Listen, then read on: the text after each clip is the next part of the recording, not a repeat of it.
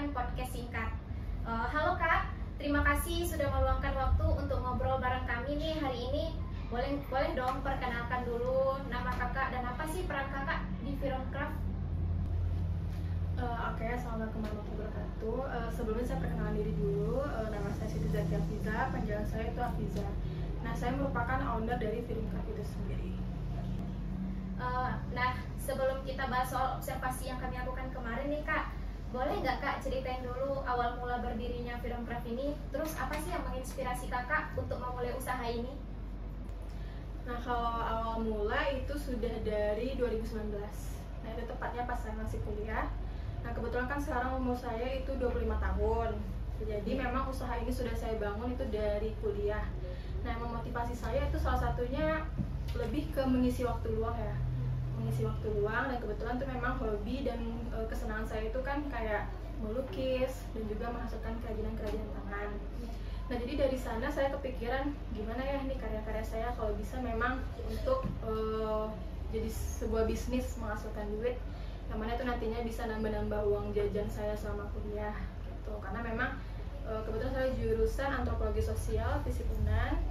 Nah, itu memang waktu luangnya cukup banyak ya gitu, karena memang itu lebih ke aktivitas lapangan. Nah, jadi dari sana saya awal mulanya membangun bisnis saya. Itu pertama saya bikin sepatu-sepatu lukis. Kebetulan dulu kan pas tahun itu lagi hype sepatu-sepatu full white. Nah, jadi sepatu saya itu udah kuning-kuning gitu kan, udah kuning-kuning. Nah, jadi saya kepikiran saya lukis. Nah, ternyata ketika saya lukis itu menghasilkan wajah baru gitu, menghasilkan ya karya yang unik lah pokoknya gitu kan. Jadi saya pakai selama kuliah. Nah, banyak nih yang notice kan teman-teman saya, mau juga dong gitu. Nah, setelah teman saya mau juga kayak gitu kan banyak yang pengen ya. Jadi di situ saya riset cat lebih jauh lagi, karena memang seiring perkembangan zaman itu cat itu udah pada canggih-canggih ya. Ada cat yang tahan air, terus ada cat yang tahan di kulit. Nah, biasa kan kalau lukisan itu kan cuman di tembok atau mungkin di kanvas. Nah, di sini saya inovasinya memang inginnya itu karya itu bisa dibawa kemana-mana gitu, bukan hanya sekedar di pajangan doang. Nah, itu salah satu awal mula saya. Saya juga ikut lukis-lukis sepatu teman-teman saya. Nah, dari sana saya kepikiran, wah ternyata memakan waktu juga ya untuk melukisnya, dan juga ya menguras pikiran deh kira-kira nih dikaryakan seperti apa, dikreasikan seperti apa. Nah, dari sana saya juga udah mulai masang tarif. Sepasang sepatu itu mungkin dulu ya cuman buat catnya doang gitu kan, beli cat doang sekitar 70 kayak. Nah, itu awal mula saya merintis. Nah, alhamdulillah pada saat itu benar-benar banyak banget nih teman-teman tertarik, karena mungkin ya alhamdulillah karya saya juga cukup unik kan. Nah, terus lanjut uang saya terkumpul. Nah, saya pengen bikin juga di kayak tas lukis gitu kan. Nah, awal mulanya tuh tas saya beli dulu gitu, beli yang jadi. Nah, alhamdulillah uang saya udah terkumpul lagi. Saya coba beli mesin jahit. Nah, jadi kebetulan saya ngekos itu sendiri di kamar kos itu. Jadi saya beli mesin jahit. Nah, di situ awal mula saya coba belajar jahit sendiri, belajar karena memang nah itu sih zaman sekarang itu apapun ada ya di YouTube atau di digital tuh ada aja semuanya. Jadi yang penting kemauan kita nih. Kalau kemauan kita ada, pasti kita gigih loh untuk belajar gitu kan, pengennya belajar terus. Bahkan saya pun begadang loh untuk belajar gitu, padahal rata-rata yang kayak gitu kan memang di les ya, kursus atau gimana. Nah, saya coba belajar otodidak, dan karena kemauan itu alhamdulillah saya bisa. Nah, akhirnya itu mesin jahit pertama saya, mesin jahit portable, jadi bisa dibawa kemana-mana kan. Jadi kalau saya pulang kampung atau ke rumah itu saya bawa juga gitu. Jadi pokoknya hari-hari saya isi dengan itulah gitu. Tapi yang nongkrong-nongkrong sama teman tetap saya imbangi gitu kan, ngobrol-ngobrol. Karena di sana di sisi lain itu mencari peluang bisnis juga gitu. Kalau bukan teman-teman lingkungan sekitar kita, siapa lagi gitu yang mau beli karya kita kan gitu. Jadi memang semua itu diimbangi. Itu awal mulanya. Nah, kebetulan pas itu di hampir UAS ya, hampir UAS itu ada kegiatan kampus expo, kampus expo produk. Nah, ternyata itu memang diseleksi. Nah, saya coba memasukkan produk saya tersebut dan alhamdulillah saya lolos. Itu kebetulan kampus exponya se-Sumatera, ada yang dari Medan juga, ada dari Jambi juga. Nah, kebetulan saya lolos dan saya difasilitasi sebuah stand. Nah, di sanalah awal mula saya memperkenalkan produk saya ke khalayak ramai. Itu awal mulanya saya pameran.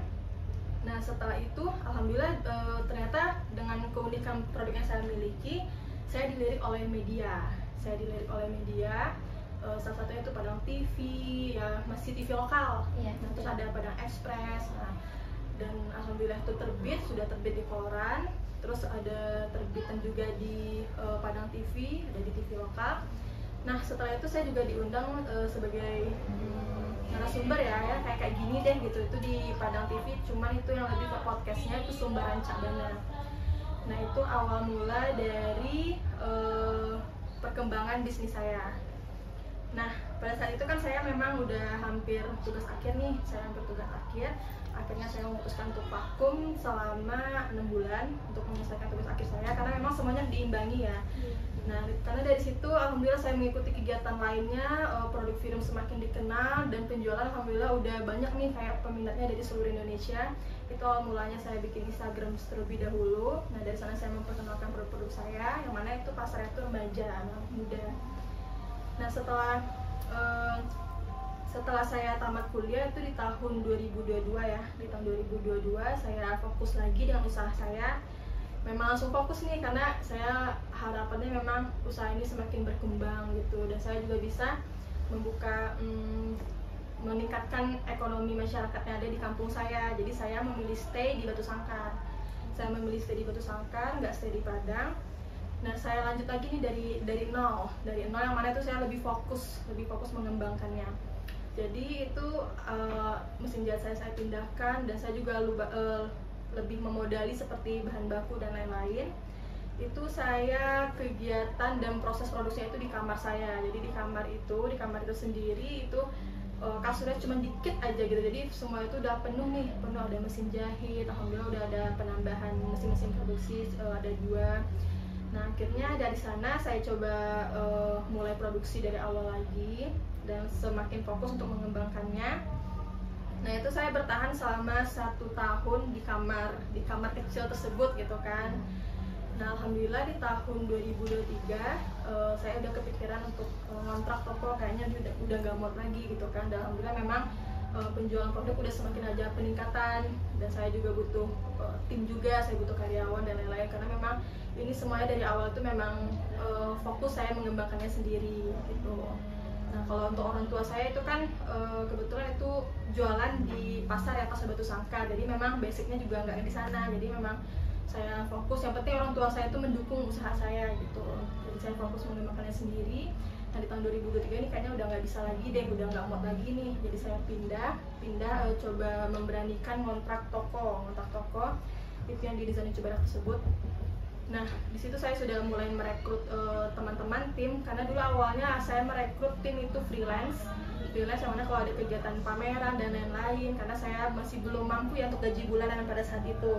Jadi saya ketika ada event aja saya merekrut karyawan itu freelance. Nah, alhamdulillah di tahun 2023 saya sudah punya tim. Awal mulanya 2. Nah, alhamdulillah dengan seiring perkembangan usaha saya itu saya sudah bisa merekrut tim-tim lainnya gitu, merekrut anggota karyawan di bidangnya masing-masing.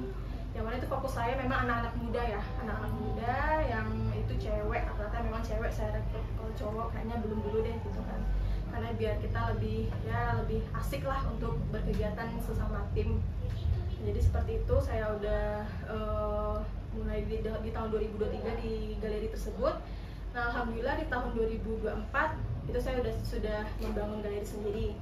Nah, memang itu di minggu ini saya mau pindah ke galeri baru saya. Nah, galeri baru tersebut itu ada di Dizano juga, cuman agak lebih ke dalam dikit gitu. Karena yang galeri sekarang udah nggak cukup lagi, udah nggak muat lagi kan, udah penuh semuanya. Nah, alhamdulillah yang saya bangun sendiri itu galerinya di atas, lahannya lebih luas lagi, ruangannya lebih luas lagi gitu. Karena kan kebetulan juga seringnya ada tamu, ada kunjungan. Nah, di situ udah bisa nih menampung teman-teman sampai 50 orang pun insya Allah udah bisa gitu kan. Kalau sekarang kan memang sempit, barang banyak, alat produksi banyak gitu. Rencananya ini di hari Minggu kita udah mulai pindah-pindah ke galeri baru. Nah, jadi memang sejauh itulah perjalanannya dari 2019.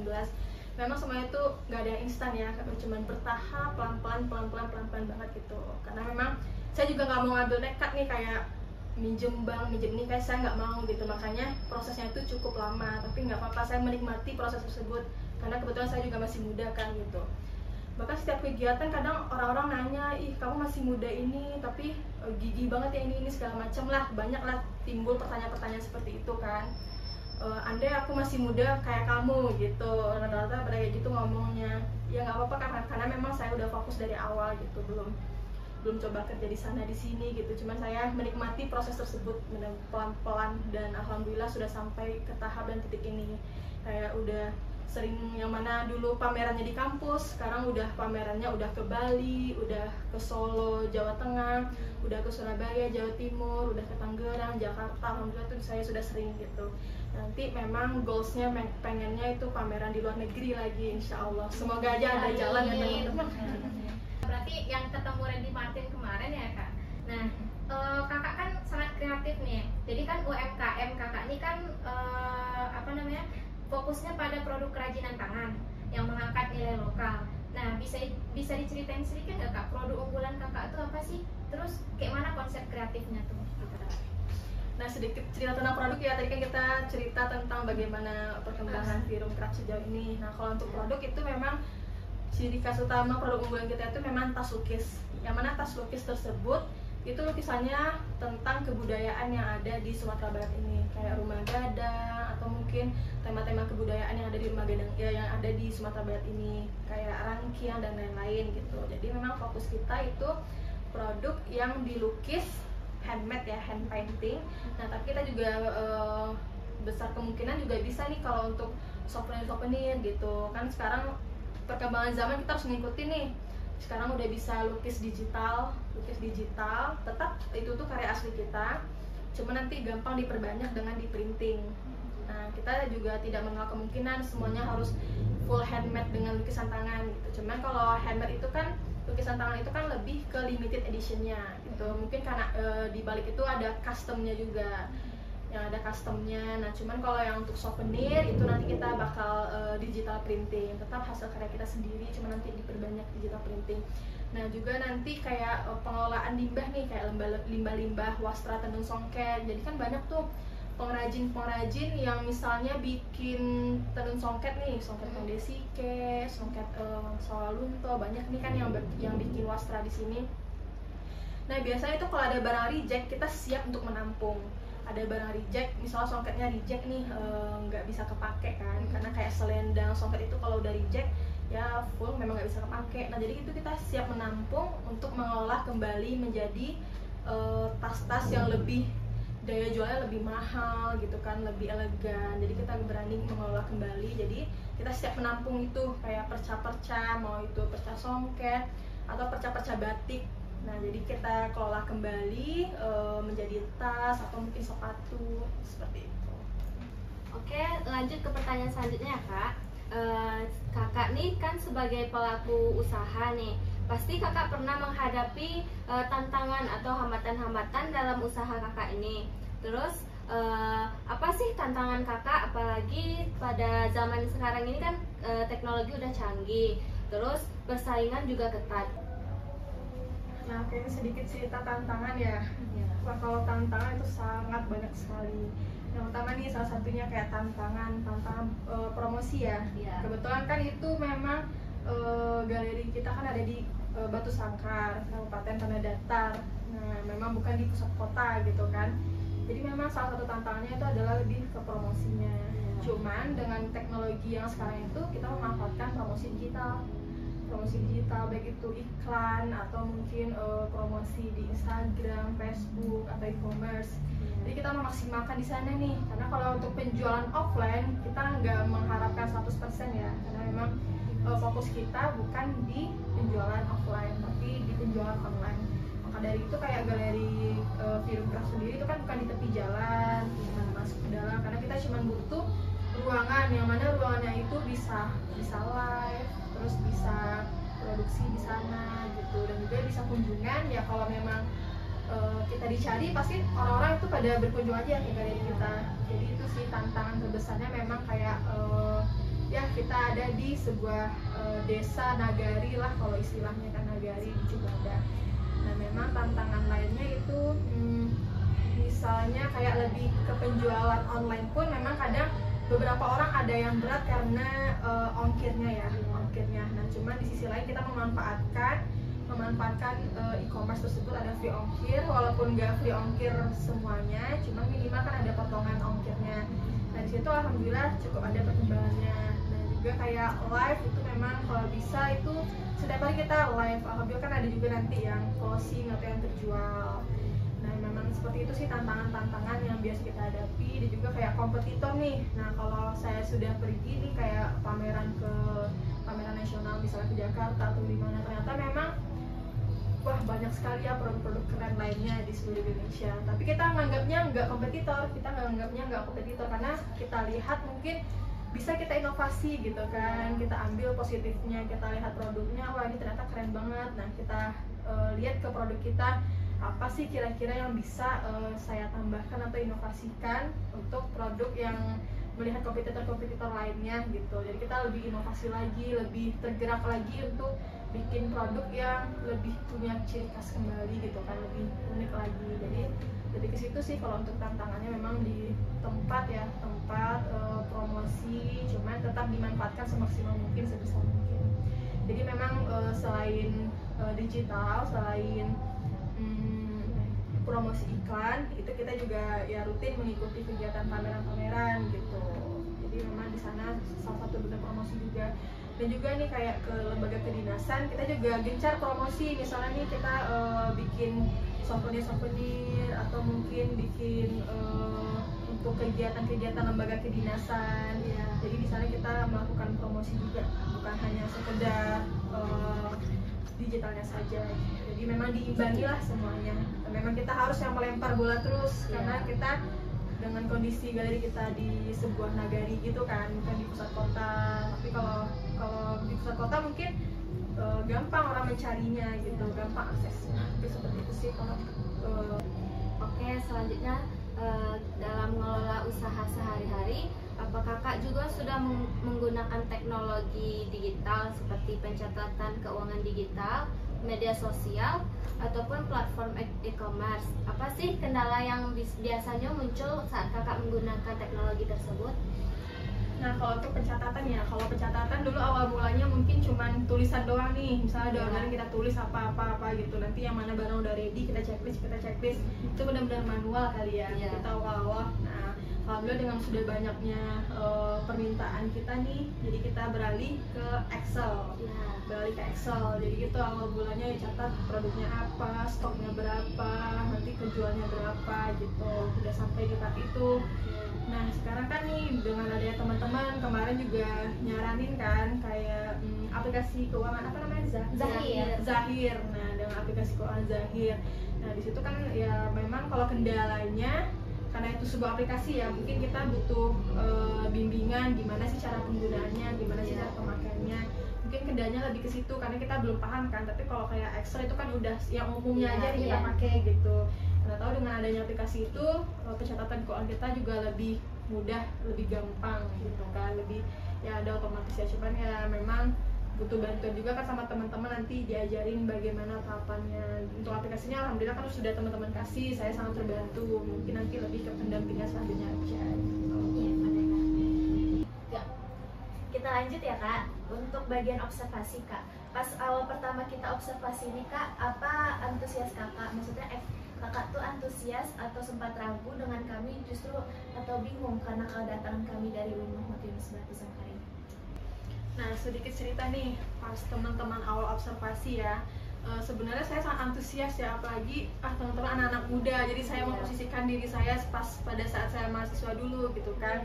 Wah ini anak muda, kreatif lah pastinya gitu kan. Saya kepikiran pasti teman-teman ada ide-ide kreatif lainnya untuk bagaimana perkembangan usaha saya, baik itu dari bidang promosinya gitu kan, atau mungkin lebih ke pendampingan seperti pencatatan keuangan dan lain-lain. Karena memang untuk ilmu pasti teman-teman beda-beda kan, apalagi teman-teman fokusnya di jurusan akuntansi manajemen ya, manajemen bisnis, tapi prodinya mata kuliahnya itu kan. Nah jadi berarti kan teman-teman lebih fokus di bidang itu tuh, sedangkan saya bukan dari itu kan, prodi saya gitu kan. Jadi mungkin teman-teman bisa ngajarin apa gitu untuk Firum kira-kira untuk kedepannya, kebaikannya, dan juga saya kepikiran pasti ada muncul ide-ide kreatif teman-teman seperti apa sih promosi yang lebih dilirik deh dalam tanda kutip gitu kan, karena memang Firum ini butuh promosi yang lebih banyak dan lebih gencar lagi, karena lokasi kita seperti saya cerita tadi itu di sebuah nagari gitu. Jadi memang sangat antusias dengan kedatangan teman-teman yang sebanyak itu loh gitu. Cuman sedihnya nih galeri saya kemarin ini masih belum bisa mencukupi teman-teman, berapa kemarin ya? 40. Nah, 40 orang gitu kan. Sedangkan ya alhamdulillah di galeri saya yang baru ini mungkin teman-teman nanti bisa lebih enjoy lagi di sana, baik itu berkreasi dan berkegiatan lainnya gitu. Untuk pertanyaan selanjutnya Kak, saat kami melakukan observasi ini, apa sih hal yang Kakak harapkan dan inginkan dari kami untuk Firumcraft ke depannya? Untuk mungkin ada hal-hal yang menurut Kakak kurang efektif dari kami Kak, kami mohon maaf sebelumnya dari observasi kami. Apa aja sih Kak hal tersebut? Kami terbuka banget kok Kak, jadi Kakak bisa fair-fairan aja ya Kak. Lebih gitu ya, mungkin dulu di awal ya alhamdulillah sih udah dipromosiin sedikit walaupun itu hanya produk saja gitu kan. Jadi harapan saya kalian masih muda loh, kalau bisa idenya lebih kreatif lagi dong dibanding saya gitu. Kalian gen apa sekarang nih? Gen Z. Nah benar itu banget kan, kayak di TikTok, di Instagram kalian pasti lihat dong kan, kerjaan kalian nge-scroll TikTok nih, banyak ide-ide konten kreatif lainnya. Jadi minimal harapan saya sebenarnya memang kalian tuh lebih kreatif lagi, bukan hanya konten produk-produk doang. Mungkin lebih ke konten ada teman-teman sekalian, ada baik itu yang lucu-lucunya, yang menegangkannya, yang unik lah pokoknya, yang sekreatif mungkin. Apalagi nanti kalau sempet nih konten kalian FYP, nah kan itu juga nilai plus bagi teman-teman gitu kan. Wah ternyata saya bisa bikin UMKM, kan kalian 40 orang nih, misal 40 konten misalnya, jadi salah satu atau berapa gitu yang FYP kan kalian juga termotivasi lah nantinya gitu kan. Jadi harapannya seperti itu, kayak kalau bisa sih harusnya teman-teman datang terus sering ke galeri gitu. Padahal kan dari awal teman-teman melakukan observasi udah dibilang galeri terbuka kok buat kalian gitu, terserah deh ide apa aja yang mau kalian salurkan silahkan gitu. Jadi kalau bisa jangan pas observasi awal terus ada pentingnya lagi nanti baru datang lagi gitu kan. Jadi harapan saya terserah, karena galeri itu terbuka aja, nggak ada larangan loh. Kan ini saya sebagai owner nih, jadi kan semuanya keputusan dari saya, jadi nggak ada larangan. Mau pinjem produk Kak, pinjem produk ini ya Kak, kita mau bikin konten di sana, mau bikin konten di sini silahkan. Karena itu yang kami harapkan dari Firum memang itu loh sebenarnya, ide-ide konten. Kalau misalnya kalian males di lokasi, kalian bawa nggak apa-apa, di mana nyamannya boleh banget pinjam Kak, kita pinjam produk ini ya Kak, soalnya ada ide konten tapi tempatnya di sini misalnya.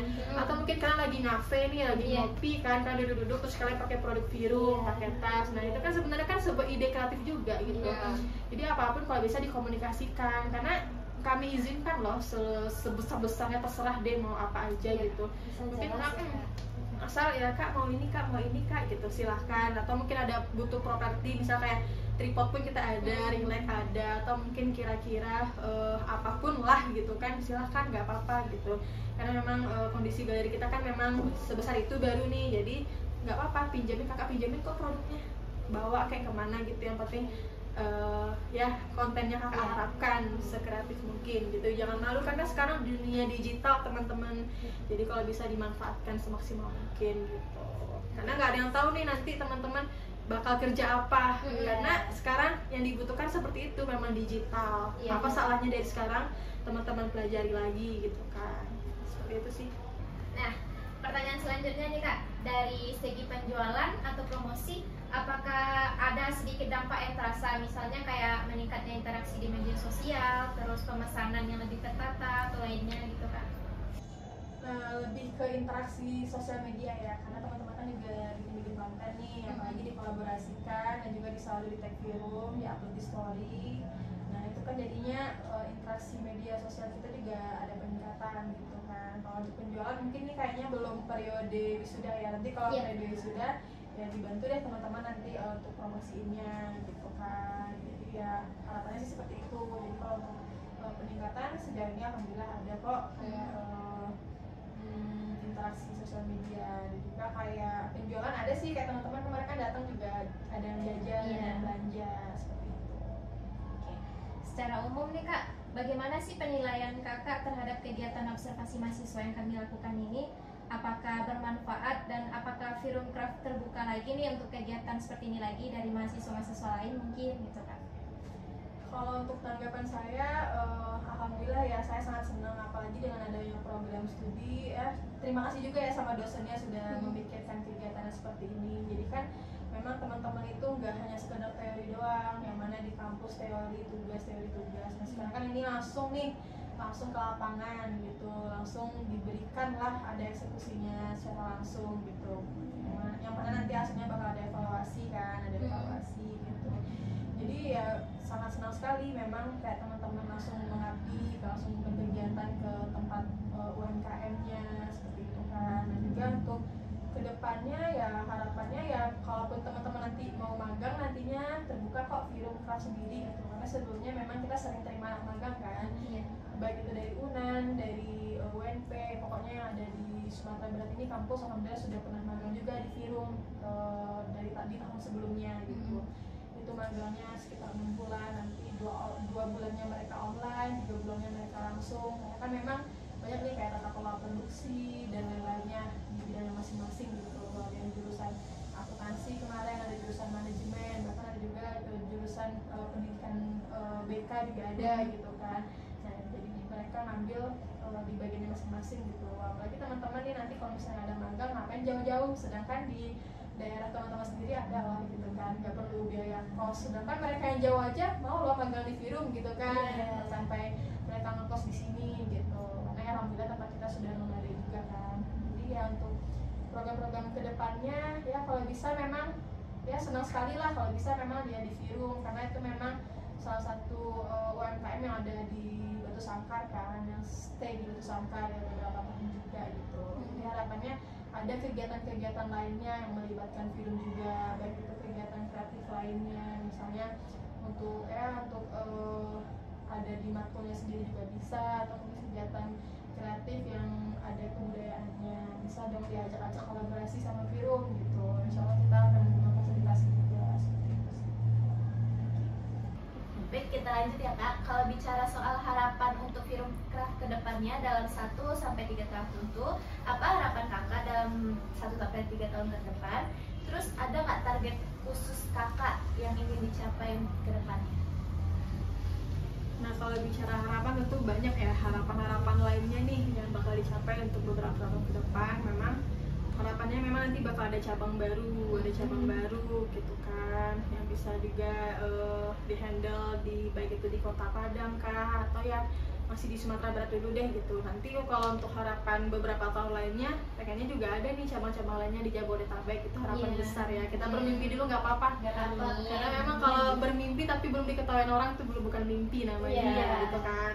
Nah terus kayak kalau bisa memang penjualan di Firumcraft lebih meningkat, omsetnya lebih meningkat juga gitu kan, dan juga Firumcraft lebih kenal di mana-mana gitu. Harapannya memang lihat orang sering pakai produk Firumcraft, merek Firumcraft kan gitu. Nah, juga memang kayak promosinya semoga bisa go global gitu. Amin. Memang inginnya ya bukan hanya di Indonesia ya, itu untuk harapan beberapa tahun ke depannya seperti itu, bisa go global juga deh Firumcraft gitu, ya membawa bangga nama Indonesia juga kan gitu. Inginannya seperti itu sih. Baik Kak, kita masuk ke sesi terakhir nih Kak. Ada nggak Kak pesan untuk kami sebagai mahasiswa, atau mungkin pesan untuk UMKM lainnya Kak? Nah kalau untuk pesan ke mahasiswa nih, teman-teman yang melakukan kegiatan seperti ini, harapannya memang coba deh idenya itu keluarin aja ide kreatifnya gitu, jangan tunggu suruhan atau mungkin tunggu perintah, baik itu dari dosen atau mungkin dari pelaku UMKM atau mungkin dari apa, pokoknya kasih aja idenya, karena mereka memang UMKM ini butuh ide-ide kreatif lainnya dari teman-teman gitu, bukan sekedar kamu disuruh ini baru ngelakuin ini, kamu disuruh ini baru ngelakuin ini. Jadi kasih aja maksimal mungkin ide-ide kreatif lainnya. Saya yakin nih anak-anak muda zaman sekarang pasti idenya tuh lebih cemerlang. Coba deh teman-teman realisasikan secara langsung gitu. Ini kan udah difasilitasi nih, ada UMKM-nya gitu. Jadi harapannya memang ide teman-teman itu langsung dieksekusi di tempat gitu. Jadi nggak perlu tunggu disuruh dulu, misalnya disuruh ini. Sedangkan kalau ada ide apa salahnya gitu kan? Kita udah ada kontak UMKM-nya juga, bisa diskusi kak misalnya, atau kak ibu atau bapak, misalnya kak kami mau melakukan kegiatan ini, tujuannya untuk promosi UMKM tersebut, tujuannya untuk foto produk misalnya gitu kan. Kayak UMKM nih yang lain-lain nih, kalau kakak sebagai UMKM kan masih muda nih, jadi kan bisa ngasih saran dan tambahan ke teman-teman. Tapi kayak ke UMKM yang ownernya udah tua atau gimana, kalian tuh harus lebih kreatif lagi gitu kan. Misalnya UMKM tersebut foto produknya masih belum bagus, nah teman-teman harus mikir kayaknya nih UMKM-nya bisa kita bantu untuk foto produknya gitu kan. Teman-teman ada nih yang bisa editing, yang bisa apa, jadi gitu harapannya, karena itu yang dibutuhkan oleh mereka gitu loh, bukan hanya sekedar observasi terus pergi, bukan kayak gitu. Nah, jadi lebih kreatif lagi, dilihat Instagram mereka apa kira-kira yang dibutuhkan, promosinya kah, video, tag video dan lain-lainnya, atau mungkin kayak foto produknya kalian bantu gitu kan. Dan juga kalau untuk pesan ke UMKM lain nih, misalnya ada teman-teman mahasiswa yang promosi, harapannya memang teman-teman UMKM lainnya itu memfasilitasi mereka gitu, kira-kira apa yang bisa kita fasilitasi, apakah itu ruang atau tempat dan waktu, nggak apa-apa, karena memang kita selaku UMKM butuh banget anak-anak muda yang mana nantinya itu bakal berkontribusi lebih untuk promosi produk kita salah satunya. Karena sekarang di dunia digital nih, karena anak-anak muda kan pastinya melek digital ya salah satunya. Mungkin itu sih pesan dari saya. Wah, cukup menginspirasi ya kak. Alhamdulillah juga udah selesai segmen podcast singkat dari kami. Mungkin kami sangat berterima kasih kepada kakak sendiri dan juga Firum Craft sudah mau kolaborasi dengan kami di UIN Mahmud Yunus Batu Sangkar. Kami mohon maaf jika ada hal yang kurang berkenan di kakak. Sekian dari kami teman-teman. Kami akhiri. Wassalamualaikum warahmatullahi wabarakatuh. Kasih apresiasi dulu dong untuk Kak Afiza.